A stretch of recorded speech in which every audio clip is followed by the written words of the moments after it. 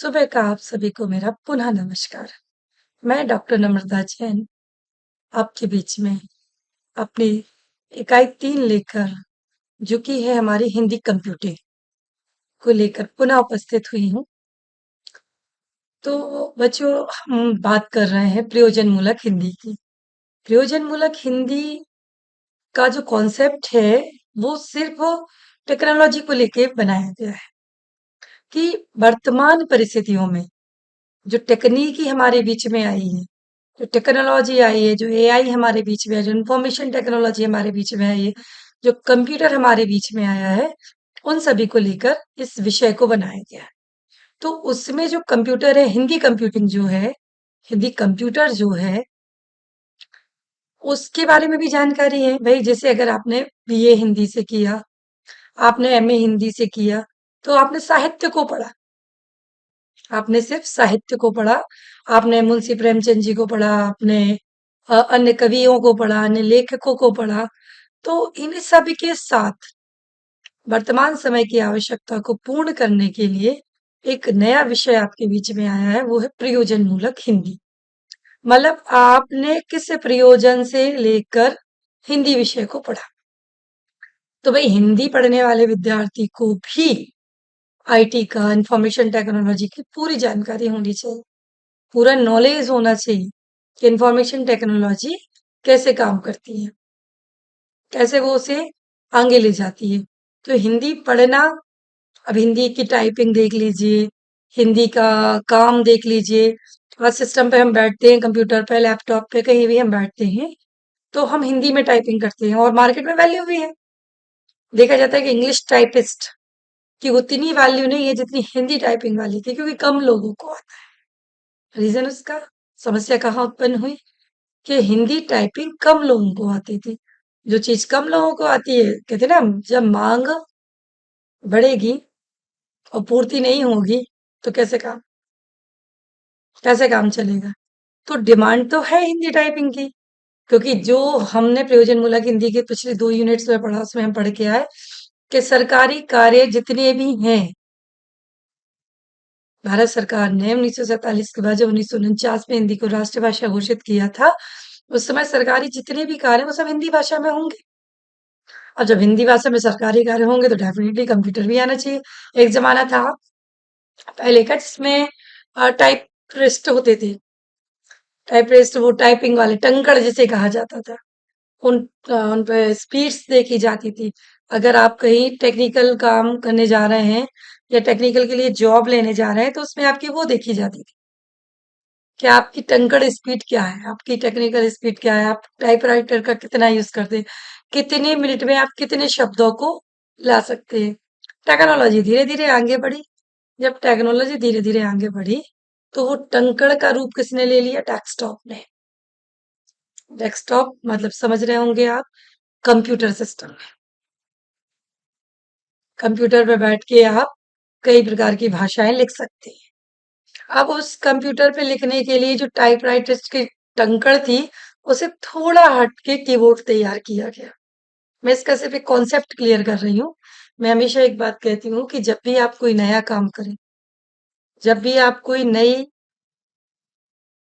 शुरुआत करें, किसी भी प्रकार के नया काम की शुरुआत आप करते हैं, तो जब तक आप उसके कॉन्सेप्ट के अंदर नहीं एंटर करेंगे, तब तक आप बाहर नहीं निकल सकते। तो हमारी जो थर्ड यूनिट है वो है हिंदी कंप्यूटिंग। हम किस चीज को पढ़ने की कोशिश कर रहे हैं? कंप्यूटर। हिंदी कंप्यूटर को, हिंदी कंप्यूटर को समझने की कोशिश हम यहाँ कर रहे हैं, जिसमें कंप्यूटर का परिचय, रूपरेखा, उपयोग, उसके वेब पब्लिशिंग का परिचय पढ़ेंगे, क्या होता है, इंटरनेट क्या होता है, उपकरण क्या होते हैं, प्राथमिक रखरखाव, इंटरनेट, समय मितव्यता के सूत्र क्या होते हैं, वेब पब्लिकेशंस क्या होते हैं, लिंक, ईमेल भेजना, प्राप्त करना, हिंदी के प्रमुख इंटरनेट पोर्टल कौन से होते हैं, डाउनलोडिंग क्या होती है, अपलोडिंग क्या होती है, सॉफ्टवेयर्स क्या होते हैं और पैकेज क्या, इस विषय को हम इस यहाँ पर अध्ययन करेंगे। आप, हम, मुझे नहीं लगता कि आपकी जनरेशन का कोई बच्चा ऐसा होगा जिसे कंप्यूटर की जानकारी ना हो, लेकिन हमारी जनरेशन में था ऐसा। जब हमने ग्रेजुएशन किया अपना, पीजी किया अपना, ये करीब होगी 2005 या 6 की बात होगी समथिंग। तो 2005-6 में जब कंप्यूटर आया था, कंप्यूटर तो बहुत पहले आया था, लेकिन हमारे गांव में जब कंप्यूटर की स्टार्टिंग हुई, हमारे गांव में जब सिस्टम की स्टार्टिंग हुई डेस्कटॉप की, तो क्लासेस लगती थी, क्लासेस चलती थी। हमें वो डिप्लोमा दिया जाता था 6 महीने का। उस डिप्लोमे में हमें बताया जाता था कि माउस कैसे चलाया जाता है। मतलब शुरुआत ही हमारी माउस से होती थी। फिर हमें कीबोर्ड के बटन तैयार करवाए जाते थे। कीबोर्ड पे कौन सी चीज कहाँ वर्क कर रही है। सिस्टम के ऊपर आपके डेस्कटॉप का जो कीबोर्ड होता था, उसके बारे में पूरी जानकारी दी जाती थी। क्यू कहाँ रहेगा, डब्ल्यू। और तो और बताएं बच्चों, हमारे समय में एक कीबोर्ड हमारी कॉपी पे बनवा दिया जाता था, और हमसे रोज कहा जाता था इसका 10 बार रिवीजन करो, 10 बार इसकी तैयारी करो, 10 बार इसे याद करो। तब जाके हमने कीबोर्ड को चलाना सीखा है। फिर उसके बाद माउस। माउस में सिर्फ से पहले जो सिखाया जाता था ना, आजकल की तो जनरेशन पैदाइशी कहते हैं ना, आजकल की जनरेशन जो आई है ना, बहुत एडवांस आई है। आजकल की जनरेशन बहुत एक्टिव आई है, लगता है माँ के घर से ही कंप्यूटर सीख के आया है वो। तो वो तो बिल्कुल 3 साल का बच्चा होगा ना, 2.5 साल का, वो भी मोबाइल को ऐसे स्क्रीन बॉल करता है। हमारे जमाने में वो मोबाइल भी नहीं होते, कीपैड वाले होते थे। नंबर डायल करने में भी 17 बार सोचना पड़ता था कि कैसे नंबर डायल किए जाएंगे। और आज की जनरेशन के हाथ में टच स्क्रीन मोबाइल। तो टेक्नोलॉजी आगे बढ़ी, डेवलपमेंट हुआ। जो डेवलपमेंट हुआ, जो विकास हुआ, जो टेक्नोलॉजी बढ़ी, उस पे हम उसमें फिर प्रयोजनमूलक हिंदी की आवश्यकता पड़ी कि भाई हिंदी अगर भाषी देश है, और हिंदी माध्यम में अगर कंप्यूटर नहीं सिखाया जाएगा, तो बच्चे काम कैसे करें, काम करने का तरीका कैसे होगा, बच्चे सीखेंगे कैसे, टेक्नोलॉजी बढ़ेगी कैसे। मैंने अभी पिछली वीडियो में भी आपको क्लियर की थी एक बात, कि सन 2000 में और सन 1996 की बात करें, अगर हम 94 और 96 की बात करें, उस समय अगर कोई बच्चा इंजीनियरिंग करने जाता था पैट निकालने के बाद, तो वो ब्रांड कहलाता था। और आज वर्तमान स्थिति क्या है? आज आप 2023 का, 24 का, 25 का, 20 का कैलेंडर उठा के देख लीजिए, एकेडमिक रूप से आप किसी भी यूनिवर्सिटीज का देख लीजिए, तो बीटेक में भरमार भरी पड़ी है। आज बच्चा जो माइंड मेकअप करता है वो 9th क्लास से कर लेता है। 8th पास आउट करते करते उसको माइंड मेकअप हो जाता है। और हमारे समय में तो भाई 12th हो जाता था। 11th 10th के बाद थोड़ा सा सोचते थे कौन सा सब्जेक्ट्स ले लें। साइंस ले लें तो साइंस में बीएससी कर लेंगे, आर्ट्स ले लें तो बीए कर लेंगे, और साइंस लेंगे अगर फिजिक्स और मैथ, तो पैट की लेंगे, पैट की तैयारी कर लेंगे। पैट निकालना इतना आसान नहीं था जितना आसान आज के जमाने में चीजें हो गई हैं। आप भाई पैट निकालने के बाद बीटेक कर लेंगे, तो बीटेक करने वाला टॉप क्लास माने एक स्टैंडर्ड इंजीनियर है भाई उनका बच्चा तो। और आज वर्तमान स्थिति क्या कह रही है हमारी? हर घर में आपकी नई जनरेशन, अगर 2 बच्चे हैं, 3 बच्चे, उनमें से एक इंजीनियरिंग जरूर करेगा। 2 बच्चे हैं तो उनमें से एक इंजीनियरिंग जरूर करेगा, उस लाइन को जरूर पकड़ेगा कि इंजीनियरिंग कर लेते हैं भाई, बीटेक कर लेते हैं, बीई कर लेते हैं, उससे बेनिफिट्स होगा। अब हमें जो भीड़ है ना, वो बीए और एमए में दिखाई नहीं दे रही, अब हमें प्रोफेशनल कोर्सों में दिखाई दे रही। तो कहते हैं कि जैसे डिमांड बढ़ती है, जैसे मांग बढ़ती है, उसकी पूर्ति करना भी अति आवश्यक हो जाता है। जब डिमांड कंप्यूटर की बढ़ी, तो पूर्ति करना प्रारंभ हो गया। आपकी प्रयोजनमूलक हिंदी विषय को बनाना पड़ा, जिसमें आपने पारिभाषिक शब्दावली को सीखा, जिसमें आपने पल्लवन सीखा, पत्र लेखन सीखा, जिसमें आपने भाषा के स्वरूप को सीखा। और उसकी तीसरी इकाई के रूप में जो हम आए, वो आए हिंदी कंप्यूटिंग को लेकर, कि हिंदी कंप्यूटिंग आपके जीवन में कितनी महत्वपूर्ण है। बिना कंप्यूटर्स के तो वर्तमान समय का जीवन जी पाना बिल्कुल अकल्पनीय प्रतीत होता है। हमारे समय मैंने बताया ना कि हमने डिप्लोमा किया 6 महीने का, उसको पीजीडीसीए को डिप्लोमा कहा जाता था, वो 1 साल का होता था। कुछ सेंटर्स होते थे वो उस जमाने में भी हजार हजार रुपए लेके फीस लेके आपको सिस्टम पर सिर्फ बैठना सिखाती थी। आप माउस जब हमने चलाना सीखा, तो माउस में सबसे पहले क्या सीखेंगे भाई? माउस को एकदम स्क्रॉल करना, निकालना इतना जल्दी नहीं सिखाते थे उस समय पे। उस समय माउस में आपको पेंटिंग सिखाती थी। पहला जो नजरिया होता था वो होता था पेंटिंग सीखने का, और हम सबसे पहले क्या सीखते थे? पेंटिंग सीखते थे। तो पेंटिंग सीखने के लिए हमें सिखाया जाता था कि आपको इस पे कोई भी एनिमल्स या जो आपके मन में चल रहा है वो उसको ड्रॉ करना है, पेन से माउस की स्क्रॉल को पकड़ के। अब जब वो ड्रॉ हो जाएगा तो उसमें कलरिंग करनी है। ऊपर एक डिब्बे बने रहते थे, उसमें से टच करो, उसमें से निकालो, माउस से स्क्रॉल ले जाओ, फिर वो कलर भरो एक साथ। अच्छा, हम लोग क्या करते थे, उसमें एक साथ भी पूरा कलर गिर जाता है, उसमें आप चाहे तो इरेजर से रफ करके अपने हिसाब से भी कलर भर सकते हैं। जब आप पेंट सीखेंगे या कभी पेंट करके देखना सिस्टम के ऊपर, आपको नॉलेज हो जाएगा, क्लियर हो जाएगा। तो ऐसे हम पेंट पर काम करते थे। तो ये सारी चीजें अब तक आपको समझ में, ये प्रयोजनमूलक हिंदी में इनकी आवश्यकता इसलिए पड़ी, इसलिए इस विषय को ऐड ऑन किया गया, नहीं तो ये प्रयोजनमूलक हिंदी इतना पुराना विषय नहीं था आपके बीच में। टेक्नोलॉजी की जरूरत पड़ी। टेक्नोलॉजी में सबसे पहले हमने किसको लिया? डेस्कटॉप, मतलब कंप्यूटर। आप देखिए जनरेशन कैसे आगे बढ़ी। जनरेशन आगे बढ़ी, कंप्यूटर के बाद आए लैपटॉप। उन्हें का कंप्यूटर भाई एक जगह सेट हो जाता है, बच्चे जॉब पे जाते हैं, यहाँ जा रहे हैं वहां जा रहे हैं, डेस्कटॉप एक जगह सेट है, मॉनिटर एक जगह सेट है, उसे आप कहीं ले नहीं सकते। भाई लैपटॉप आना चाहिए मार्केट। लैपटॉप कैरी किया जा सकता है बैग के अंदर। आप अपने बैग में लैपटॉप रखो, कहीं भी निकल जाओ, कहीं भी ट्रेन में बैठे आपने स्विच लगाया, अपना काम शुरू। अच्छा, टेक्नोलॉजी, फिर लैपटॉप पे इंटरनेट की जरूरत पड़ी, कैसे करेंगे? तो उन्होंने कहा कुछ नहीं, वाईफाई ले लो। वाईफाई पे एक डिब्बी आने लगी, उसमें एक सिम डलवाओ, उसको रिचार्ज कराओ, उससे आप वाईफाई यूज करने लगो। मोबाइल में आपके पास 5G डाटा, वर्तमान समय में 5G डाटा चल रहा है आपके मोबाइल में, 6G तक आ गया है। तो 5G डाटा का वाईफाई जो मिलता है ना, वो दिन भर में 1 GB मिलता है। अच्छा है, इसकी भी एक नई कहानी। जब करीब ये मान के चलो 2010-11 के आसपास की बात बताती हूँ मैं आपके बीच में, 12 के आसपास की होगी ये बात। 1 GB डाटा 1 महीने के लिए मिलता था कंपनी की तरफ से। 1 महीने तक आपको वो 1 GB डाटा फिनिश करना होता था। तो आप उसमें कितनी नेसेसरी चीजें चला सकते थे, बहुत रेयर। अगर व्हाट्सएप का उद्घाटन हुआ तो व्हाट्सएप चला ली, 10-15 मिनट फेसबुक चला ली। रील्स वगैरह उस समय होती नहीं, रील्स का क्रेज तो अभी कुछ समय से हुआ है। तो वो 1 GB डाटा में भी लोग कहते थे 999 MB खर्च कर पाए। अभी 1 MB उसमें भी बचा है। तो वो 1 GB डाटा भी पूरा 1 महीने में खर्च नहीं कर, क्योंकि पैसा लगेगा भाई, 200-250 रुपए लगेंगे। और वर्तमान स्थिति क्या है? आपको 2 GB डाटा पर डे के लिए मिलता है, और शाम 6 बजे तक आते आते वो 2 GB भी हम फिनिश कर देते हैं। तो हमने टेक्नोलॉजी का यूज करना सीखा कहाँ से? यहीं से तो सीखा। शुरुआत कहाँ से हुई हमारी? यहीं से शुरुआत हुई।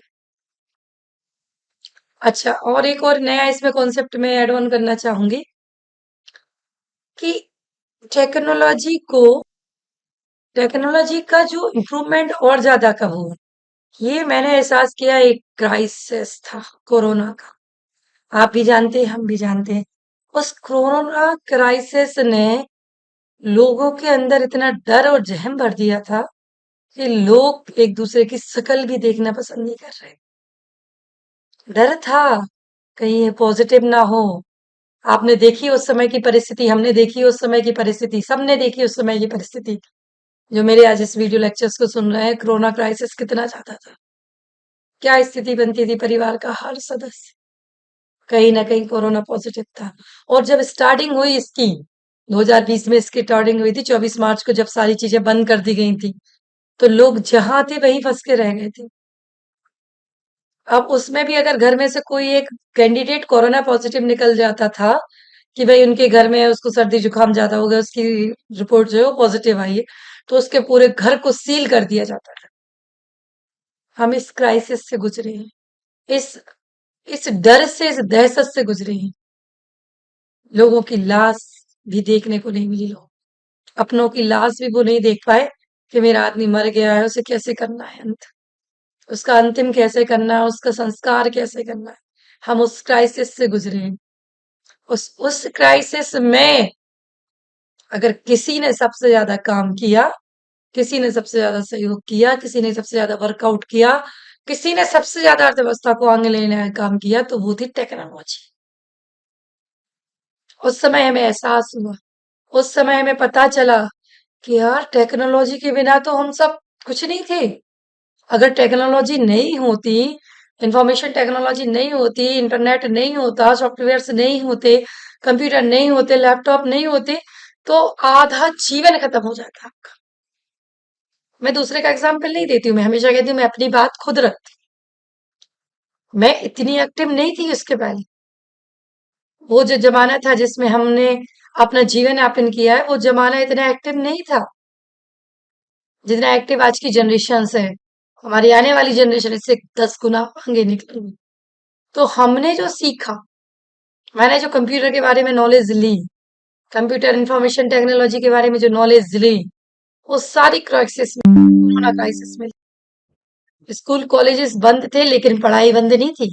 याद रखना, स्कूल कॉलेजेस सब बंद थे लेकिन पढ़ाई बंद नहीं थी। टीचरों को सैलरी कई कॉलेज स्कूलों ने नहीं भी दी, लेकिन कहीं ने दी भी। कहीं ने 50% करके दी, किसी ने अपना 100% दिया, किसी ने 10% काट के दी। तो शिक्षा वहां बंद नहीं थी, सब काम बंद था। लोगों के मकान नहीं बन रहे थे, लोगों के घर नहीं बन रहे थे, लोग एक जगह से दूसरी जगह व्यापार करने के लिए तरस रहे थे। एक जिसने अपनी अर्थव्यवस्था को मजबूत रखा, वो थी टेक्नोलॉजी। अगर उस समय टेक्नोलॉजी नहीं होती तो बताइए काम कैसे होता। उस टेक्नोलॉजी ने एक अपूर्ण योगदान दिया है जिंदगी में। आप सिस्टम पे बैठे हैं, अपना घर पे बैठे, इंटरनेट चल रहा है, सुविधाएं सारी चल रही थी। टेलीकॉम कंपनियां सारी काम कर रही थी। कैसे काम कर रही थी? घर बैठ के काम कर रही थी। भारत तो चलो ठीक है, हम माने कि भारत एक ऐसा देश है ना, इतनी ज्यादा टेक्नोलॉजी, लेकिन विदेशों में तो टोटल टेक्नोलॉजी पे काम हुआ। तो इतने क्राइसिस में विदेशों में भी पूरा काम हुआ। आज की जनरेशन्स के अंदर अगर इतनी कहना चाहिए एक्टिविटीज आई हैं, इतनी नए नए ऐप निकल के आए हैं, तो वो कहाँ से है? टेक्नोलॉजी थी। बिल्कुल फ्री था इंसान। कहने को देखा जाए तो इंसान बिल्कुल फ्री था, ना उसे घर से बाहर निकलना था, ना उसे घर से बाहर देखने तक भी नहीं जा रहा था। घर में रह के उसने इंटरनेट का यूज करते हुए अपनी चीजों को इम्प्रूवमेंट किया। इंटरनेट के माध्यम से, कंप्यूटर्स के माध्यम से अपनी चीजों का इम्प्रूवमेंट किया। आप देखिए रिसर्च वर्क पे, अनुसंधान पे कितना काम हुआ। न्यू इन्वेंशंस के रूप में आप देखेंगे रिसर्च की इतनी सारी किताबें निकल के आई हैं मार्केट में इस क्राइसिस में। नहीं तो मनुष्य एक सामान्य जीवन जी रहा था, एक बिल्कुल सिंपल सी लाइफ जी रहा था। वर्क फ्रॉम होम, ये फॉर्मूला कहाँ से निकल के आया? क्राइसिस में। अब वर्क फ्रॉम होम में बच्चा अपने घर भी बैठा है, माँ बाप के सामने है, सेफ भी है, काम तो हो ही रहा। भाई जरूरी नहीं है कि दो एक कुर्सी टेबल जिस ऑफिस में पड़ी है उसमें जाके आप बैठिए तभी जाके आप काम करेंगे। उससे चौगुना काम लोगों ने करके दिया। तो ये टेक्नोलॉजी थी जिसने लोगों को इतना इम्प्रूवमेंट किया। मैंने भी बहुत काम किया, बहुत नई नई चीजें सीखी। आज ये वीडियो और लेक्चर्स आपके बीच में आ रहे हैं, सब कोरोना का काम है। कोरोना के पहले इस तरीके के लेक्चर्स बहुत रेयर मात्रा में देखने को मिलते थे, लेकिन कोरोना के बाद हर आदमी ने सीख लिया उसको। हमने वीडियो लेक्चर क्लासेस ली, हमने ऑनलाइन इंटरनेशनल और नेशनल सेमिनार वर्कशॉप अटेंड कराई, विदेशों से लोगों को सुना, भारत के लोगों को भी सुना, सब ऑनलाइन चलता रहा आपका। एक जूम मीटिंग और भी बहुत सारे प्लेटफॉर्म्स थे जिन पे हमने ऑनलाइन क्लासेस चलाई, बच्चों को भी पढ़ाया, इंटरनेशनल नेशनल सेमिनार कराया। आज रिसर्च को इम्प्रूवमेंट करने में जितना क्राइसिस कोरोना के समय का रहा है ना, इतना मुझे नहीं लगता कि अभी तक क्या, जाइए किताबें पढ़िए, बैठ के मैगजीन्स पढ़िए, तब जाके आपको कुछ नॉलेज मिलती थी। अब ऑनलाइन मोड ने तो इतना आसान कर दिया ना जीवन जीने का तरीका। तो टेक्नोलॉजी की जब जरूरत पड़ी तो प्रयोजनमूलक हिंदी की जरूरत पड़ी। भाई जब सब भाषाएं अपनी अपनी टेक्नोलॉजी में दौड़ रही हैं, तो हिंदी क्यों नहीं दौड़ेगी? हिंदी भी दौड़ेगी अपनी भाषा के रूप में। हिंदी में भी उन पारिभाषिक शब्दावली की हमें आवश्यकता यहाँ पड़ी और हमने उसका प्रयोग किया। अब हमने जब उसका प्रयोग करना प्रारंभ किया तो टेक्नोलॉजी ने इतना ज्यादा इम्प्रूवमेंट किया। जैसे अभी जस्ट आप वीडियो देख रहे होंगे, बार बार लाइट आ रही है, बार बार लाइट जा रही है, तो ये समस्या आती रहेंगी ना। ये समस्या सभी के साथ आती है और ये समस्या पहले भी थी। ऐसा तो नहीं था, पहले के जमाने में क्या होता था कि भाई लालटेन, वो मिट्टी का केरोसिन का जो ऑयल होता था ना, वो डाल के हम एक लालटेन टाइप का बना के रख लेते थे और वो चलती रहती थी। तो समस्याएं तो आपके सामने कभी ना कभी किसी ना किसी रूप में उन समस्याओं को, उन चुनौतियों को लड़ना है। अगर आपने उनसे लड़ना सीख लिया तो अपने भविष्य में अपने कुछ ना कुछ नया इम्प्रूवमेंट कर ले। तो बात कर रहे हैं हम यहाँ पर आपकी कंप्यूटरिंग की। हमारी जो तीसरी इकाई है वो है हमारी सारी की सारी कंप्यूटरिंग पे। चलिए इस पे हम अब डिस्कशन करते हैं कि आपको अपनी तैयारी में करना क्या है।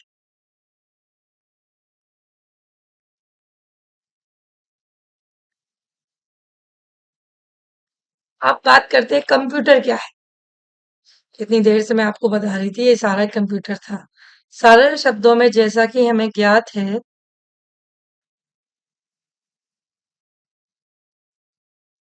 मैं जानती हूँ आप सभी को लग रहा होगा कि कंप्यूटर के बारे में बता रही है मैडम। भाई, कई बच्चे हैं जो गांव से बिलोंग कर रहे हैं, लेकिन हाँ, नॉलेज सबको होगा, ये कोई बड़ी बात नहीं है कि कंप्यूटर का नॉलेज नहीं होगा पीजी लेवल पे आके। अगर एक प्राइमरी सेक्शंस की बात करती तो डेफिनेटली फर्स्ट क्लास में आपको कंप्यूटर सिस्टम पढ़ाया जाता है, लेकिन पीजी लेवल तक अगर आप इस कोर्स को पढ़ रहे हैं तो इसकी आवश्यकता आपको नॉलेज सबको है। तो कंप्यूटर क्या है? कंप्यूटर साधारण शब्दों में जैसा नाम स्पष्ट है, कंप्यूटर एक मशीन है जो गणना कर सकती है। अधिक व्यापक रूप में कंप्यूटर एक इलेक्ट्रॉनिक युक्ति है जो गणितीय गणना कर सकती है और तार्किक फैसले ले सकती है। कंप्यूटर का आविष्कार मूलतः अधिक गति से एवं शुद्धता पूर्वक गणना कार्य करने के लिए किया गया था। जब कंप्यूटर का आविष्कार हुआ था तो इसमें सबसे ज्यादा ना गणना मतलब काउंटिंग करने के लिए इसका यूज ज्यादा हुआ था कि बड़ी बड़ी काउंटिंग, आप मैंने कल के लेक्चर्स में दिया था, आप सुन सकते हो उसे, कि बड़ी बड़ी काउंटिंग्स कैसे होती है, उन काउंटिंग्स को कैसे किया जा सकता है, उसके लिए इसका कार्य किया गया था। लेकिन समय के साथ साथ बढ़ती आवश्यकताओं में कठिन, अचूक एवं शीघ्र हो जाने वाली गणना के लिए तात्कालीन साधन अनुपयुक्त थे। ऐसा ऐसे साधन पर विचार हुआ जो धन और समय की बचत के साथ साथ शुद्धता का भी खरा उतरे। कहते हैं ना, कंप्यूटर और मस्तिष्क बिल्कुल एकदम स्ट्रांग रूप से काम करते हैं। तो कंप्यूटर तो गलती करने का कोई सवाल उठता ही नहीं है, कंप्यूटर कभी गलती नहीं करता है। भले ही कंप्यूटर की उत्पत्ति गणनात्मक कार्यों के लिए हुई हो, लेकिन देखिए पॉइंट यहाँ आता है आपका, वर्तमान समय में इसका कार्यक्षेत्र विस्तृत एवं व्यापक हो चुका है और आज इसके द्वारा किए जाने वाले लगभग 80% कार्य अगणितीय प्रकृति के होते हैं। लिखा कंप्यूटर बना तो सिर्फ काउंटिंग के लिए था, गणना करने के लिए था, लेकिन 80 से 85% तक काम आज कंप्यूटर के जो है वो गणना से हटके हो गए। गणना के लिए सिर्फ क्या बचा हमारे पास? एक्सेल। एक्सेल में एक फार्मूला लगाया, गणना बनी, आप आ गए पूरी की पूरी एनालिसिस करें। उसके अलावा आज जो काम हो रहा है, मैं आज वीडियो बना रही हूँ, कंप्यूटर से बना रही हूँ। ये आपके बीच में ये जनसंचार का माध्यम हमारा और आपके बीच का है, वो क्या है? कंप्यूटर है। यही क्लास में अगर आप और हम पढ़ रहे होते, मैं पढ़ा रही होती, आप सुन रहे होते, तो मेरी फेस रीडिंग, मेरे फेस एक्सप्रेशन, मेरी आई कांटेक्ट, सब पर आप काम कर रहे होते। और वो ही टेक्नोलॉजी आज मैंने ऑनलाइन रूप में कर दी। अब आप मेरी वीडियो जब सुनेंगे ना तो मेरे फेस को जरूर देखिए। जब आप मेरे फेस को देखेंगे तो डेफिनेटली फेस रीडिंग कर रहे हैं, आई कांटेक्ट आपसे मेरा बना हुआ है, तो टेक्नोलॉजी कितनी इंप्रूवमेंट हो गई। आप देखिए टेक्नोलॉजी ने कितना बड़ा काम किया।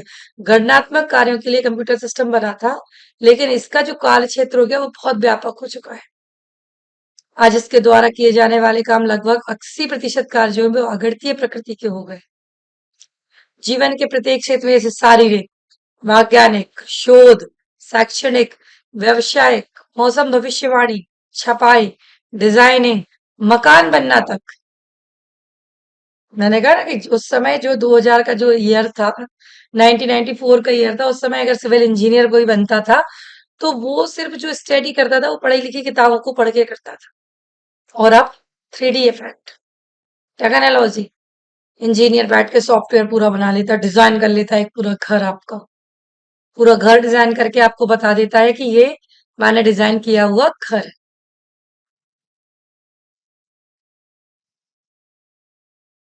जीवन का ऐसा कोई क्षेत्र नहीं है जिसमें कंप्यूटर के बिना काम हो पा, जीवन के हर क्षेत्र में। अच्छा, इसमें एक और एग्जांपल्स में यहाँ लूंगी कि जो ग्रामीण एरिया था पहले के जमाने का, वो ग्रामीण एरिया कैसा था? जो ग्रामीण एरिया था वो कैसा था पहले के जमाने का? जो ग्रामीण एरिया था उसे नॉलेज नहीं थी। शहरी इलाकों में थोड़ा बहुत ये चीजें थी टेक्नोलॉजी की, लेकिन ग्रामीण एरिया में नहीं है। लेकिन आज गांव गांव में टेक्नोलॉजी ने अपना हाथ पसारा है। आज टीवी चैनल्स हैं, आज आपके सामने मीडिया है, हर चीज आपको क्लियर है। एक जमाना था जब नहीं था नॉलेज, हमें हमें नहीं पता था कि देश का प्रधानमंत्री कौन है, क्या देश की राजनीति में चल रहा है। आज हर लड़की कदम से कदम मिलाकर आगे बढ़ी। तो ये किससे आए? सारी चीजें टेक्नोलॉजी से आई।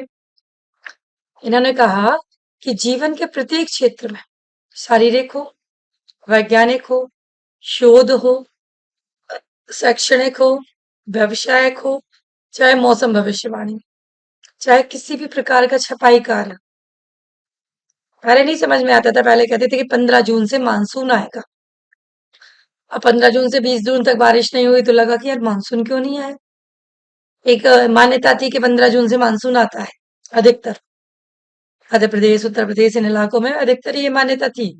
लेकिन अब तो मानसून कहाँ पहुंचा है? मानसून आपके दरवाजे पे कितने बजे आएगा वो भी आपके सामने नॉलेज है। आप गूगल पे सर्च कर लीजिए, आज का वेदर जहां मैं बैठी हूँ वो क्या है, वो बता देगा।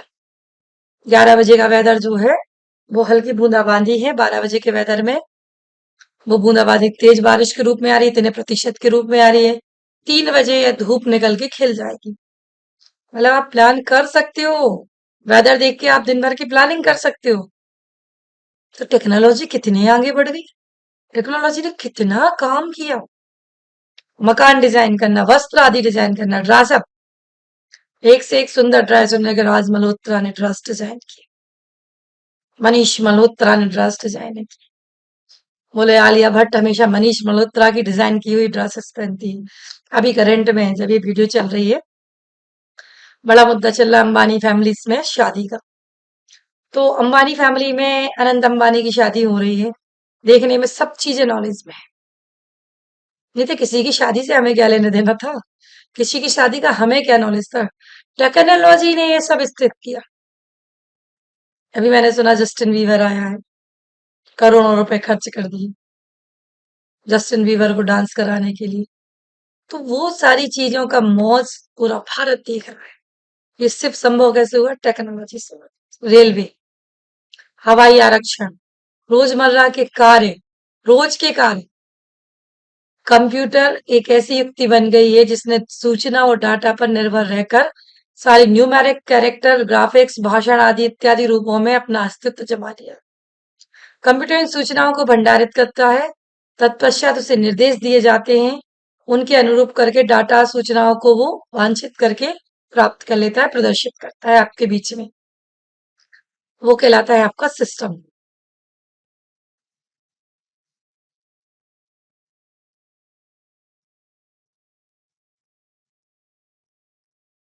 अच्छा, अब बात करें हम, तो कंप्यूटर में जब हम बात कर रहे हैं, यहाँ पर मैं आपके सामने लाती हूँ वीडियो को। कंप्यूटर की विशेषताएं और उसकी सीमाएं क्या क्या हो सकती हैं। जब आप कंप्यूटर पे बात कर रहे हैं तो देखना, हर एक आदमी में, हर मनुष्य में, हर मशीन में कुछ तो अच्छी सीमाएं होती हैं, कुछ उसके गुण दोष भी होते हैं, कुछ उसकी क्वालिटीज भी होती हैं। आज आप बोलेंगे नम्रता जी, डॉक्टर नम्रता जी जो आपके सामने लेक्चर ले रही हैं, इनकी कुछ तो विशेषताएं होंगी। भाई आपको नहीं पता होगी, या आपको इतने लेक्चर सुनने के बाद समझ में आ गई होगी कि मैडम पढ़ाती है तो एग्जाम्पल्स के बिना नहीं पढ़ा पाती है, बिना उदाहरण के तो मैं अपनी बात एक्सप्लेन कर ही नहीं पाती हूँ। तो एक अच्छी विशेषता में आती है। अच्छा, मेरी कमी भी होंगी, ऐसा नहीं है कि सिर्फ विशेषताएं होंगी। डेफिनेटली हर मनुष्य, हर मशीन के अंदर कुछ क्वालिटी है तो उसके कुछ दोष भी हैं, कुछ मेरी बाउंडेशंस भी हैं, जिनकी हम बात यहाँ कर रहे हैं कि मेरी लाइफ की कुछ सीमाएं भी हैं। भाई मुझे सिर्फ आपको कंप्यूटर पढ़ाना है, ये मेरी सीमा है। लेकिन मेरा मन हो रहा है कि मैं कंप्यूटर के साथ बहुत कुछ आपको सिखा दूं, लेकिन वर्तमान समय में मेरी सीमा सिर्फ आपको कंप्यूटर सिखाना है, क्योंकि मेरा लेक्चर उसी पे चल रहा है। तो ये होती है सीमाएं। कुछ गुण हैं, गुण के बारे में मैंने बता दिया, विशेषता। अच्छा, कुछ कमियां भी हैं। हो सकता है कमी हो कि आवाज सही नहीं निकल रही हो, आप तक आवाज सही नहीं पहुंच रही हो। तो कई प्रकार की चीजें होती है। अगर उसमें विशेषताएं हैं तो दोष भी हैं, उसकी कुछ सीमाएं। तो देखते हैं हम कंप्यूटर की क्या विशेषता है और उसकी सीमाएं कौन कौन सी हैं। कंप्यूटर निर्देशों पर कार्य करने वाली एक मशीन है। इसमें मानव मस्तिष्क की तह लेने एवं समझाने की क्षमता नहीं। मनुष्य के दिमाग में क्या चल रहा है इसकी तय नहीं ले सकता है। मेरे दिमाग में चल रहा, मुझे गुस्सा आ रही है आप पे, तो ये नहीं समझ पाएगा ना इस चीज को कि मैडम के दिमाग में चल क्या रहा है। लेकिन जितने निर्देश से दिए जाते हैं वह उतना ही कार्य कर बावजूद इसकी विशेषताओं को नकारा नहीं जा सकता।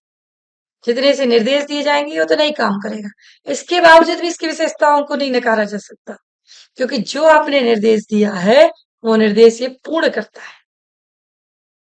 अगर आपने इसे निर्देश दिया है, गूगल से सर्च किया कि मुझे भारत की वर्तमान राजनीति के बारे में बताइए, तो ये सारा का सारा डाटा एनालिसिस करके आपके सामने खोल के रख देगा।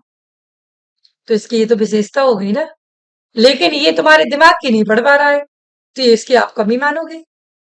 तो मशीन है, मशीन आपके दिमाग की कैसे पढ़ पाएगा, उसे क्या पता कि आपके दिमाग में अच्छा है।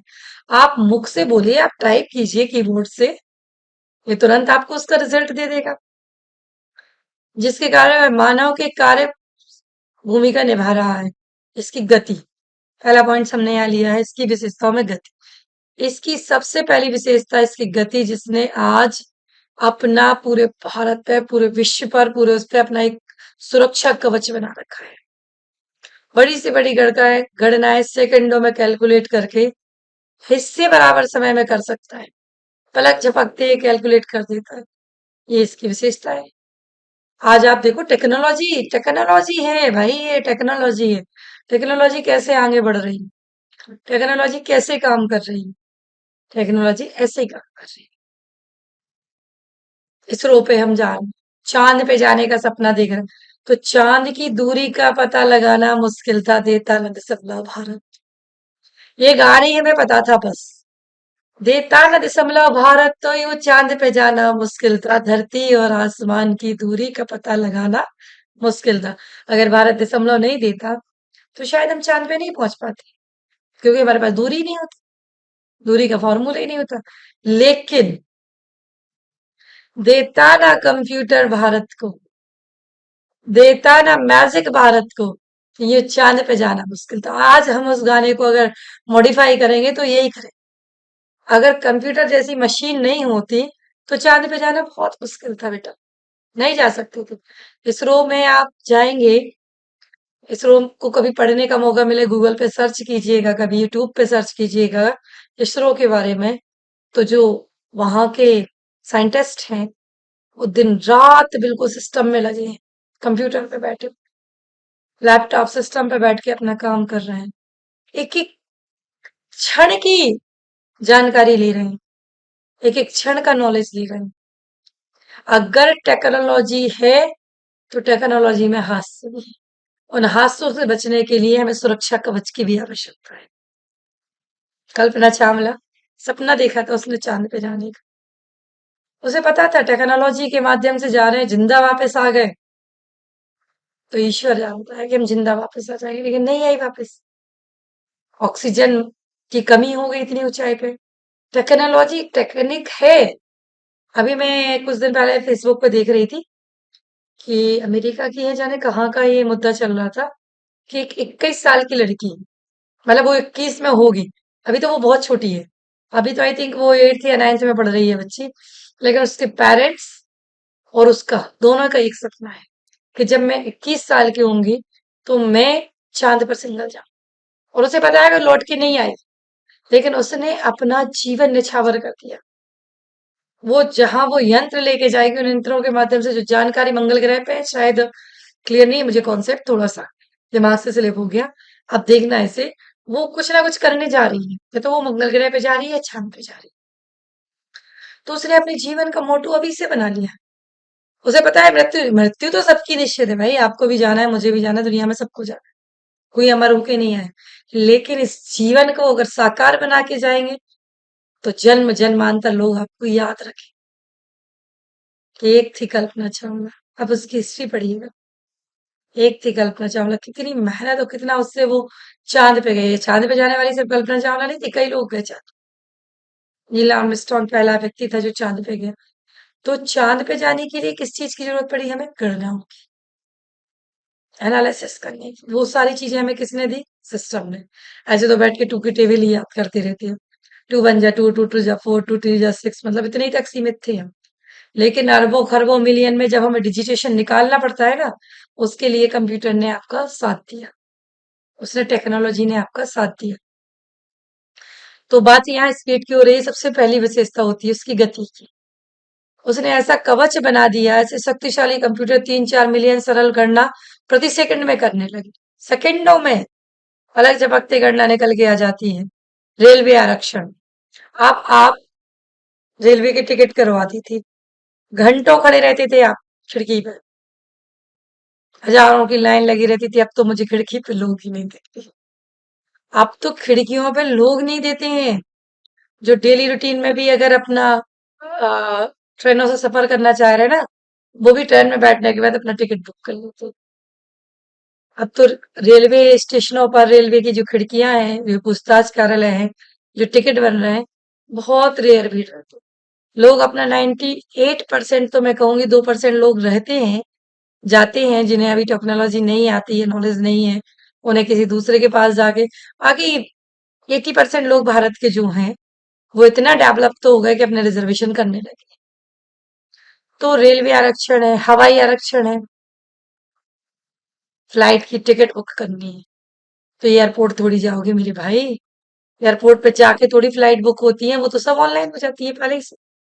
सारी चीजें आपने 10 दिन घूमने का प्लान बना, जब एक छोटे से एग्जाम्पल से इसको समझाते हैं टेक्नोलॉजी ने कैसे काम किया। मेरा मन था कि मैं अभी 10 दिन के लिए कहीं घूमने जाऊं, विचार बनाया भाई घूमने तो जा रहे हैं लेकिन कैसे होगा, कैसे हम जाएंगे, कैसे सेटलमेंट होगा, 10 दिन का प्रोग्राम है, रुकने की क्या व्यवस्था होगी, खाने की क्या व्यवस्था होगी, ये सब समस्याएं पहले चलती थी।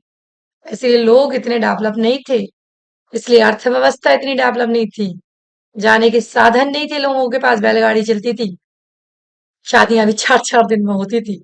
उन्हें का फलाने की शादी हो रही है, बैलगाड़ी से पहले बारात जाएगी 3 दिन तक, तो 50 किलोमीटर भी जाना है तो बैलगाड़ी 2 दिन में उसको ले जा पाती थी। फिर एक दिन उसका बारात का लगेगा, फिर लौटने में 2 दिन, मतलब 5 दिन में बहू लेके लौटते थे। टेक्नोलॉजी कितनी एडवांस हो गई। अब क्या किया, 10 दिन के लिए प्लान बनाया कि जाना है भाई, जाएंगे तो घूमने। उठाया लैपटॉप, बैठ गए, सबसे पहले बुकिंग स्टार्ट की, जाने की, आने की, सारी रेलवे की जो भी बुकिंग थी वो थी। अच्छा, यहाँ से रेलवे जो टाइम ले रही वो 18 घंटे ले रही, 18 घंटे ले रही, मतलब एक दिन तो हमने सिर्फ सफर यात्रा ही में खत्म कर दिया। 10 दिन का तो प्लान बनाया जिसमें से 2.5 दिन तो हमने यात्रा में खत्म कर दिया। कैंसिल कर, फ्लाइट की टिकट लो। फ्लाइट कितने मिनट ले रही है, फ्लाइट 1 घंटा 6 मिनट ले रही है। जहां जाने का ट्रेन अगर 18 घंटे ले रही है, वहां जाने का फ्लाइट 1 घंटे 6 मिनट। समय की बचत आपकी हुई, आपने ऑनलाइन बुकिंग करा ली। अब भाई पहुंच गए वहां, तो स्टेशन से या फ्लाइट से उतरेंगे तो एयरपोर्ट से निकलेंगे, तो उस गंतव्य स्थान तक कैसे पहुंचेंगे जहां जाना है। सपोज कीजिए मैंने नैनीताल का ही प्लान बना लिया, या मुंबई घूमने का प्लान बना लिया, बस सिंपल सी चीज है बॉम्बे घूमने का। भाई दिल्ली से मैंने एक फ्लाइट करी, मुंबई तक की फ्लाइट, मुंबई में हम जैसे ही उतरे, वहां आपको कई लोग मिल जाएंगे इस सफर को, वो आपका सामान निकालेंगे, आपकी कैब बुक हो जाएगी। डन, फटाफट कैब बुक हो गई। कैब बुक करके, कैब कहाँ की बुक की, किस होटल रेस्टोरेंट में आपको जाना था, ये मैंने सब यही आज 8 जुलाई 7 जुलाई 9 जुलाई जो भी है, बस बैठ के मैंने प्लान बनाया और यहाँ से बुकिंग स्टार्ट की। पहले तो टिकट बुक किया ट्रेन का, जहां से जहां तक जानी थी, या बस का, बस बुकिंग भी आजकल ऑनलाइन होने लगी। फिर मैंने फ्लाइट की टिकट बुकिंग की, फिर मैंने कैब बुक किया उस गंतव्य स्थान पे जाने की। कैब वाले ने मुझे उस होटल में छोड़ दिया। अब पहले ही से मैंने होटल बुक कर ली थी, रूम बुक कर लिया था, धर्मशाला बुक कर ली थी, जो मुझे चाहिए था सब अवेलेबल है।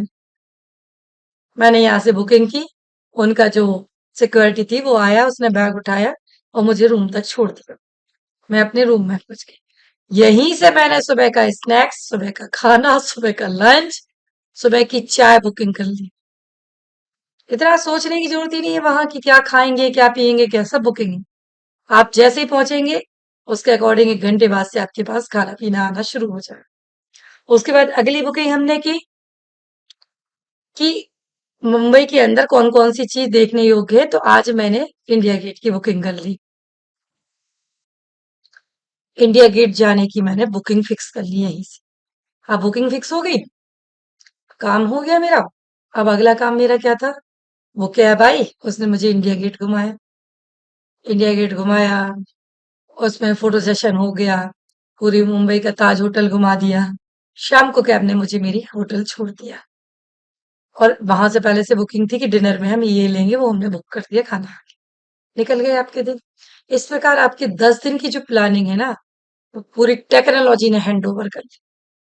अब टेक्नोलॉजी ने जब हैंड ओवर की तो काम भी टेक्नोलॉजी की तरफ बढ़ा।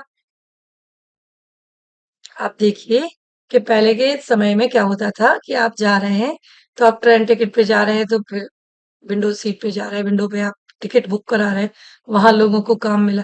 अब वो सारा काम किसने ले लिया? टेक्नोलॉजी ने। आप वहां उतरे, फिर आपने टैक्सी बुक की या टैक्सी से गए तो वहां टैक्सी वाले सैकड़ों खड़े रहते थे। अब वो सारी चीजें किसने ले ली? टेक्नोलॉजी ने। तो भगदड़ कम हुई और टेक्नोलॉजी के काम से आसानी हुई। समस्याओं का समाधान आसान तरीके से होने लगा। तो यहाँ हम बात कर रहे थे रेलवे आरक्षण, हवाई आरक्षण की जानकारी लेना हो, डाटा व्यवस्थित करना हो, बैंक में अपना बैलेंस देखना हो, ये सबसे बड़ा मुद्दा है। ये देखिए आप, इस पे जो काम हुआ है ना टेक्नोलॉजी का, मुझे आज भी याद है। कोरोना के समय, शायद कोरोना के पहले की बात है ये। 8 दिसंबर ईयर मुझे याद नहीं आ रहा है। अचानक से 2000 के नोट बंद हो गए थे। कैसी लाइन लगी थी, लोगों के चक्कर आ रहे हैं, बेहोश हो रहे हैं। अपना पैसा जमा करने के लिए भी लोगों की कैसी लाइन लगी। जिनके पास वो नोट था वो नोट चलने में नहीं आया। जिनके पास जो नोट था वो नोट नहीं चला पा रहे थे अपना, वो बैंक में जमा करना था। तो अपना बैलेंस भी नहीं पता था कि हमें कितना है हमारे अकाउंट में बैलेंस। तो वो सारी चीजें, बैंक बैलेंस देखने वाली सारी चीजें, ये सारी चीजें आपके अब मोबाइल पर आ गई है। टेक्नोलॉजी ने आपको इतना इम्प्रूवमेंट कर दिया। आप पीएनबी पासबुक का ऐप डाउनलोड कीजिए, पंजाब नेशनल पासबुक का ऐप डाउनलोड कीजिए। आप उस ऐप में सब कुछ देख लेंगे, कब आपने रुपया निकाला। अब बैंकों में भी भीड़ कम हो गई। बैंकों में भीड़ कम हुई लेकिन नियुक्तियां कम नहीं हुई। वो लोग अब सिस्टम पे बैठ के काम कर रहे हैं, आपका अपडेशन का काम कर रहे हैं। आपके सामने खड़े हो के भाग तो वो वाली बात नहीं रहेगी ना अब, कि आप खड़े हो फिर आपकी डायरी ली गई, पासबुक ली गई, सॉरी पासबुक को, हाँ पासबुक, चेकबुक नहीं, चेकबुक तो पैसा निकालने के लिए होती है। पासबुक ली गई, फिर वो मशीन में डाली गई, वो प्रिंट कर रही है, फिर दे रही। ये सारे काम खत्म तो हो गए, आपकी तरफ से खत्म हो गए। लेकिन उनको तो डाटा एंट्री करनी है ना सिस्टम पे बैठ के, वो डाटा एंट्री सारी हो रही है। तो व्यापार के क्षेत्र भी बढ़े, नॉलेज भी बढ़ी, लोगों को सुविधाएं हुई। तो ऐसे काम करने में, जैसे अभी आपका कोरोना के आसपास हर आदमी एक दूसरे को लेन देन का जो तरीका रखता था वो बाय कैश रखता था। अब सब्जी वाले से लेके फल वाले से लेके हर कोई आपसे ऑनलाइन पेमेंट लेने लगा। भाई एक फोन लगा दिया सब्जी वाले को। कोरोना के समय ये सारी चीजें सीखी हमने।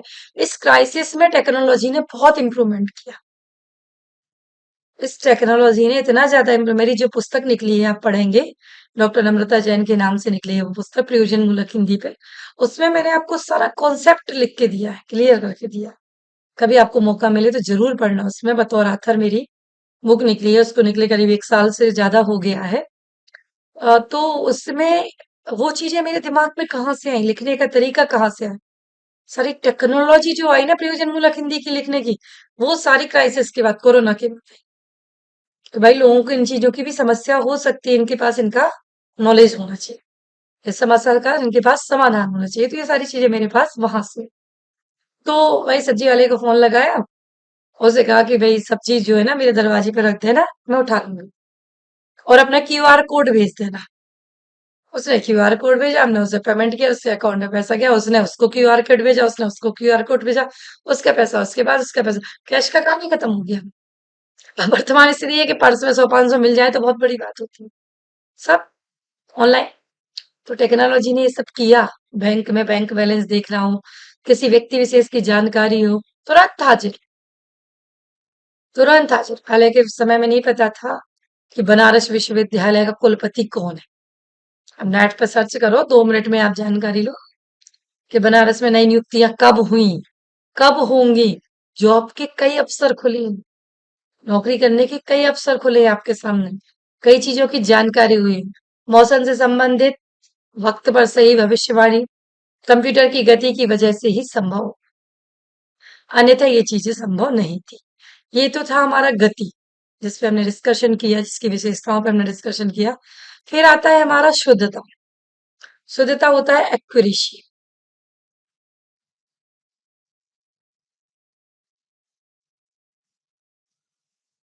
परिणामों की शुद्धता इसकी दूसरी प्रमुख विशेषता थी। हड़बड़ी के अतिरिक्त इसके परिणाम में पाई जाने वाली शुद्धता कंप्यूटर की नहीं, बल्कि उसके कार्य की है। तो इसमें शुद्धता एक्यूरेसी बिल्कुल शुद्ध है। जो आपको परिणाम मिलेंगे वो एकदम शुद्ध मिलेंगे। फिर इसमें नेक्स्ट है स्टोरेज, संचयन की क्षमता। अगर हम इस पे बात करें तो इस पे बात कर सकते हैं हम संचयन की क्षमता पर।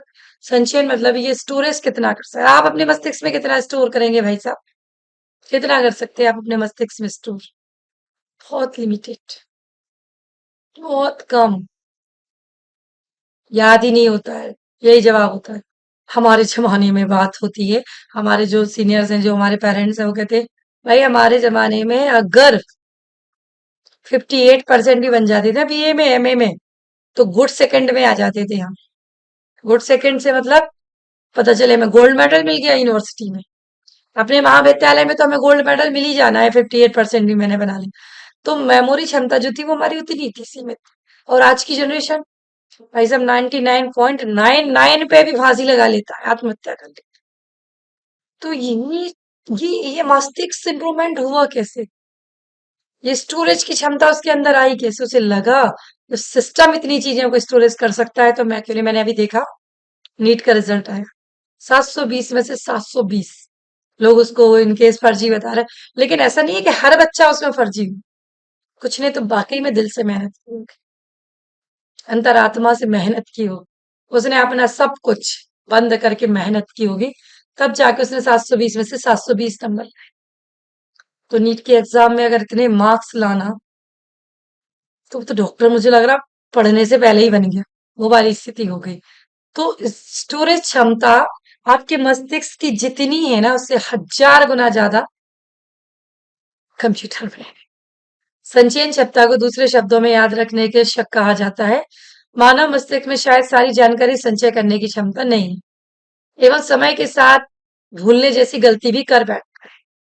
भाई अगर नीट का एग्जाम दिया, उसने 720 नंबर लाए, तो हो सकता है एक समय बाद थोड़ी सी चीजें माइंड से स्लिप हो जाए। लेकिन सिस्टम ऐसा नहीं करेगा। कंप्यूटर को दी जाने वाली सारी सूचियां उसकी सेकेंडरी मेमोरी में एक बार एकत्रित हो जाए, उसके बाद आप उसे कभी भी इरेज नहीं कर सकते। सेकेंडरी मेमोरी में जो भी क्षमताएं हैं उसकी, वो सब उसमें स्टोरेज हो जाती है। फिर नेक्स्ट इसकी विशेषता आती है ऑटोमेटिक, ऑटोमेशन, स्वचालन। इसको चलाने के लिए बहुत ज्यादा दिक्कत नहीं होती है। यदि गलती या रहित निर्दोष निर्देश इसको नहीं दिए जाए, तभी ये थोड़ा सा वो करता है, गलती करता है। नहीं तो अदरवाइज ये बिल्कुल प्रॉपर काम करता है। नेक्स्ट इसकी सक्षमता। कंप्यूटर की एक बड़ी विशेषता है कि इस पे काम करते समय इसमें सक्षमता होना चाहिए। मानव की तरह कभी यह थकता नहीं, बोरियत महसूस नहीं करता। इसे क्या है, तो मशीन है। ना वो थकता है, ना वो बोरियत महसूस करता है, ना वो एकांत महसूस करता है। बड़ी बड़ी गणनाएं लगातार करता रहता है, शुद्धता से एक गति के साथ करता रहता है। मतलब ये इसकी सक्षमता, इसके अंदर की क्षमता है। तो हम में और उसके कंपैरिजन करें ना, मानव और कंप्यूटर सिस्टम का अगर हम कंपैरिजन करें, उसकी बात करें, तो कितना सारा उसमें चीजें निकल के आती हैं कि मैं थक जाती हूँ, मुझ में सक्षमता उतनी ज्यादा नहीं, मैं स्वचालित नहीं होती हूँ। स्वचालित मतलब निर्देश मतलब उठे सुबह, थोड़ा सा एक माइंड मेकअप किया, उसके बाद ही मैं बोलना प्रारंभ कर पाऊंगी। बोलूंगी तो 1 घंटे बोल पाऊंगी, इससे ज्यादा मैं नहीं बोलूंगी। कि सिस्टम ही नहीं करता, सिस्टम लगातार चलता है। उसके स्टोरेज करने की क्षमता हमसे 1000 गुना ज्यादा है। वो अपने 1000 गुना चीजें, अगर आपने 10 साल पहले इस पे से एक बहुत अच्छा एग्जाम्पल याद आ रहा, वो चिट्टी, एक ऐश्वर्या राय की मूवी आई थी, रोबोट थी शायद उसका नाम, रजनीकांत उसका मैनेजर था। वो एक कंप्यूटर मशीन सिस्टम का प्लान करता है, अपने जैसा एक मनुष्य बनाता है, रोबोट बनाता है। चिट्टी नाम रहता है उसका। उसके अंदर की क्षमताएं देखिए आप स्टोरेज करने की। कितने रोबोट वो अपने में से निकाल देता है, कितने रोबोट अपने में वापस रख लेता है। जितनी बैटरी उसके पास है, वैसे उसके पास खाने के लिए पेट्रोल तो सबको चाहिए। आपको भी चाहिए, मुझे भी चाहिए, सबको चाहिए, उसको भी चाहिए। उसको सिर्फ बैटरी चाहिए, उसको चार्जिंग चाहिए अपने अंदर। अगर वो फुल चार्ज है तो फुल एक्टिव है। तो वही कंडीशन यहाँ बात हो रही है हमारी। व्यापक उपयोग दिया है उसकी, एक साथ कई कार्य करने की क्षमता कंप्यूटर के अंदर है, किसी विशेष कार्य से बंधे हुए नहीं रहता है, अलग अलग विशेषज्ञता लिए रहता है, अलग अलग ऑफिसों में अलग अलग कर्मचारियों के साथ अलग अलग काम करने की योग्यता भी उसके अंदर समाहित रहती है।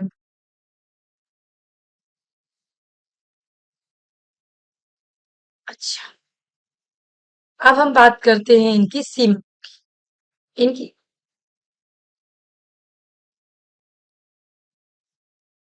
अब हम बात करते हैं इनकी सीमा।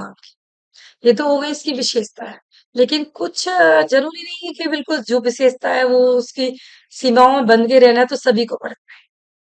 कहते हैं ना, खुली नारी और खुली नदी दोनों ही आवारा हो जाती है। अगर नदी को नहीं रखा गया संभाल के, उसे रास्ता नहीं दिया गया, दोनों कुलों तक उसे नहीं पहुंचने दिया गया, तो वो बाढ़ का रूप धारण कर लेती है।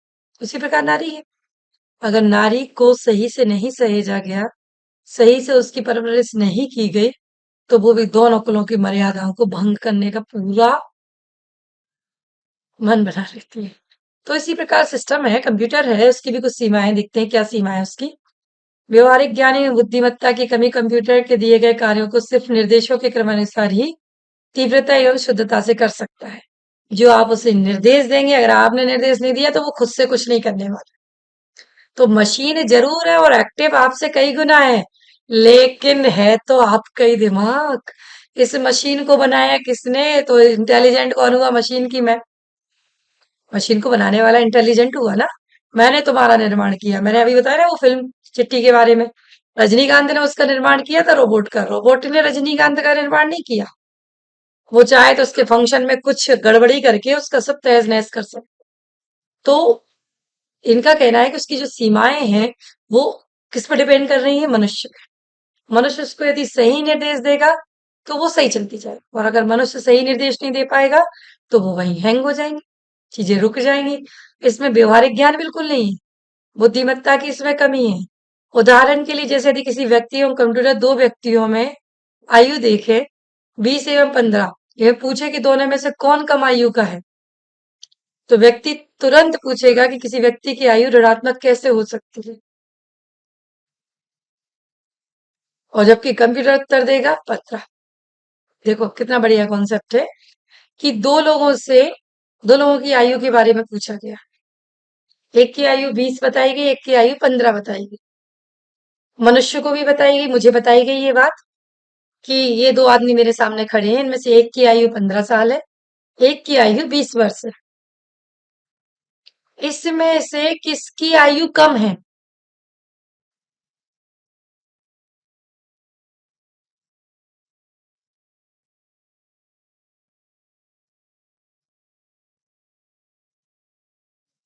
इसका कॉन्सेप्ट थोड़ा मैं देखती हूँ, 10 मिनट। तो यहाँ ये बात हो रही है कि दो लोगों की आयु 20 भी है और 15 भी है, तो उनसे अलग अलग पूछा जा रहा है। तो मनुष्य वहां जवाब देगा किसी व्यक्ति की आयु कम कैसे हो सकती है? अगर 20 साल का है तो वो 15 कैसे हो सकता है? 20 का है तो 20 का ही रहेगा ना। लेकिन कंप्यूटर तुरंत कहेगा कम आयु वाला व्यक्ति 15 साल का है। तो ये तुरंत जो उसको निर्देश दिए जाएंगे वो उसका एक्सप्लेनेशन आपको दे देगा। नेक्स्ट हमारा इसमें आता है अचेतन। कंप्यूटर में चेतना का अभाव होता है, वह किसी प्रकार की तरह के अनुभव नहीं कर सकता है। अनुभव, ज्ञान, चेतना, ये सब मनुष्य के फैसले पर निर्भर करते हैं कि मनुष्य क्या चाहता है, क्या चेतना करता है, क्या अनुभव करता है। तो ये सारी चीजें डिपेंड करती हैं मनुष्य के ऊपर। फिर आपका आ जाता है निर्देशों पर निर्भरता। कंप्यूटर अपने आप कोई फैसला नहीं ले सकता है, ना ही अपने आप कोई अतिरिक्त सूचना दे सकता है।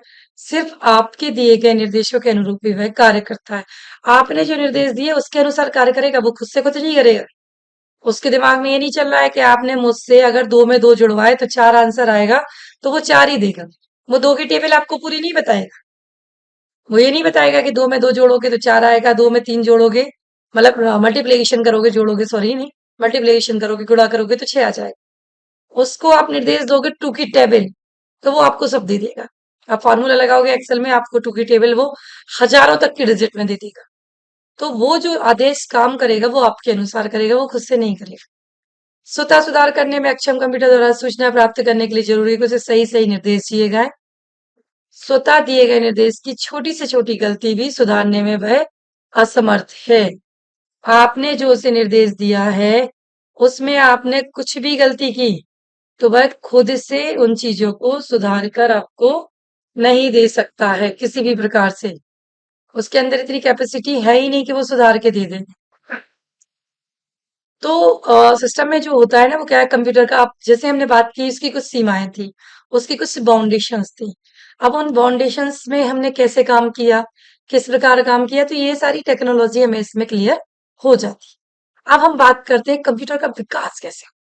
अभी हमने सिर्फ कंप्यूटर के बारे में समझा, उसकी विशेषताओं के बारे में समझा, उसकी सीमाओं के बारे में समझा। अब जो हम इसमें बात कर रहे हैं वो है कंप्यूटर का विकास। कंप्यूटर का विकास कैसे हुआ? गणना के लिए यंत्रों का उपयोग मनुष्य सदियों से करता आ रहा है। प्राचीन मानव गणना के लिए उंगली और पत्थरों का उपयोग कर रहा था। इस विधि की परिमितताओं ने आविष्कार किया पावल्स यानी छोटे छोटे पत्थरों का, जिन्हें एक आयताकार लकड़ी के टुकड़े में परोकर गणना यंत्र अबेकस बनाया गया। आज ही बच्चे अबेकस बहुत अच्छे से सीखते हैं गणना करने के लिए। कंप्यूटर का निर्माण और किसी चीज के लिए नहीं हुआ था। हमने जो विशेषताएं पढ़ी, जो उसकी सीमाएं पढ़ी, वो सारी चीजें कॉन्सेप्ट हमने पढ़ी, लेकिन जब प्रारंभ हुआ था कंप्यूटर का वो सिर्फ गणनाओं के लिए था कि आप कंप्यूटर की गणना किस प्रकार से कर सकते हैं। तो उसमें सॉरी, गणना कैसे कर सकते हैं। तब गणना कैसे होती थी? छोटे छोटे पत्थरों का एक आयताकार लकड़ी के टुकड़े में पिरोकर गणना यंत्र अबेकस बनाया गया था कि एक लकड़ी का चारों तरफ से वो रहता है अबेकस, उसके अंदर छोटे छोटे छोटे छोटे मोती टाइप के पुरे रहते हैं। एक, दो, तीन, चार, पांच, छह, सात, आठ, नौ और 10। इस प्रकार से 10 लाइनें उसमें होती हैं और 10 में 10 मोती।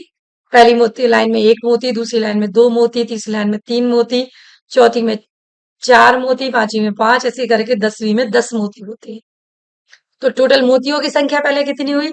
तो हम गिने तो 10 और 9 19, 19 और 8, 8 और 7, 7 और वो सब मिला के ऐसा करके लास्ट तक हमारा इसकी डिजिट निकलती थी। उससे बच्चे सीखते थे कि गणना कैसे की जाएगी। छोटे बच्चों को गिनती सिखाने के लिए इसका प्रयोग होता था। 17वीं शताब्दी में फ्रांस के एक युवक थे ब्लैस पास्कल ने पहला स्वचालित अंक गणितीय यंत्र बनाया, खुद के द्वारा चलने वाला। आधुनिक कंप्यूटर के विकास की शुरुआत 1940 के दशक में हुई और इसकी प्रेरणा चार्ल्स बेबेज नामक वैज्ञानिक के द्वारा 1835 के आसपास बनाए गए एनालिटिकल इंजन से मिली, जिसकी कार्यावधि बहुत कुछ आधुनिक कंप्यूटर जैसी थी। जो काम करता ना वो जैसा आजकल का आधुनिक कंप्यूटर है ना, वैसे ही था वो। इसी समय फ्रांस के एक टेक्सटाइल इंजीनियर जोसेफ जैकार्ड ने पंच कार्ड का निर्माण किया, जो कि कपड़े पर पेचीदा डिजाइन बनाने हेतु, बुनने हेतु आधारित था। वैसे तो यह कोई गणना यंत्र नहीं था, फिर भी पंच कार्ड आंकड़ों को डालने एवं संचय करने में सहायक सिद्ध हुआ। अतः 1990 में 90 में क्या हुआ, डॉक्टर हरमिन एलोरिथ ने पंच कार्ड की विकसित तकनीक पेशे की एक सेशंस मशीन के रूप में बनाई, जिसमें यूएसए के सेंसर बोर्ड को जनसंख्या गणना में मदद मिली। आप देखिए कहाँ से शुरुआत हुई सिस्टम की। कंप्यूटर की आवश्यकता कहाँ से प्रारंभ हुई? हमने जो काम किया वो अबेकस से किया, जोड़ने से किया। फिर उसके बाद जब शुरुआत हुई 1940 के दशक में, तब चार्ल्स बेबेज नामक वैज्ञानिक ने 1835 के आसपास एनालिटिकल इंजन बनाया। इसकी भी जो कार्यविधि थी वो पूरी की पूरी आपकी किस पे डिपेंड कर रही थी? कंप्यूटर जैसी थी। उसके बाद फिर एक थे आपके टेक्सटाइल इंजीनियर थे जोसेफ जैकार्ड। उन्होंने कपड़े का पेचीदा डिजाइन बनाने के लिए एक गणना यंत्र नहीं था, फिर पंच कार्ड आंकड़ों को चलाने एवं एक ऐसे यंत्र का निर्माण किया, एक ऐसी तकनीक है मशीन के रूप में काम किया जो जनसंख्या गणना करने में मदद करने लगी। इस गणना मशीन में पंच कार्ड को आंकड़ों को संचित करने में उपयोग लाया गया। अतः पहला इलेक्ट्रोमैकेनिकल यंत्र था जिसने गणना करना प्रारंभ किया। जनसंख्या की गणना मतलब हमारे देश की जो जनसंख्या है उसकी गणना कैसे की जाए, ये पूरा डिपेंड था एक मशीन पर, एक कंप्यूटर पर। वहां से शुरुआत हुई कंप्यूटर की। वहां से लोगों को लगा कि हाँ कंप्यूटर एक सिस्टम है, कंप्यूटर गणना करने का एक यंत्र है जिसके माध्यम से हम लाखों करोड़ों तक की गणना कर सकते। भारत की आबादी करोड़ों की आबादी है, अरबों तक पहुंच गई, 1 अरब से ऊपर पहुंच गई। तो उस पूरी जनसंख्या का एनालिसिस हम कंप्यूटर सिस्टम के माध्यम से कर सकते थे। तो कंप्यूटर का विकास अपने आप में अद्भुत था, अपने आप में पूर्ण था। Thank you.